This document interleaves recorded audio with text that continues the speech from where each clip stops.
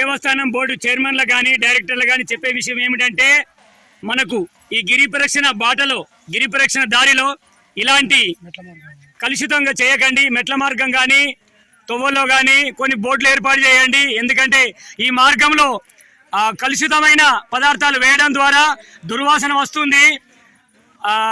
గిరి ప్రదక్షిణ చేయడానికి చాలా కష్టం అవుతుంది. కావున అక్కడక్కడ ఫ్లెక్సీలు బోర్డులు ఏర్పాటు చేయండి భక్తుల సౌకర్యార్థమై.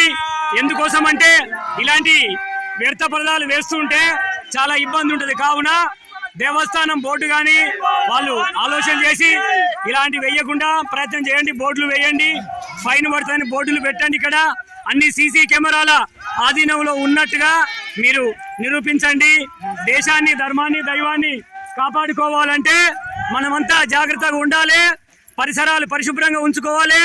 ఒకసారి వాడి పడేసే ప్లాస్టిక్ ను వాడకుండా ప్రయత్నం చేయండి. దేవస్థానంలో కూడా ఇలాంటి వ్యర్థాలు వేస్తుంటే నడకదారిలో చాలా ఇబ్బంది అవుతుంది. కావున అందరూ దీని గురించి ఆలోచన చేసి ఒక మార్గం, మంచి మార్గాన్ని చూపిస్తారని దేవస్థానం డైరెక్టర్లకు కానీ చైర్మన్ కానీ వేడుకోవడం జరుగుతుంది. భారత్ మాతాకి జై శ్రీరామ్, జై శ్రీరామ్, జై శ్రీరామ్.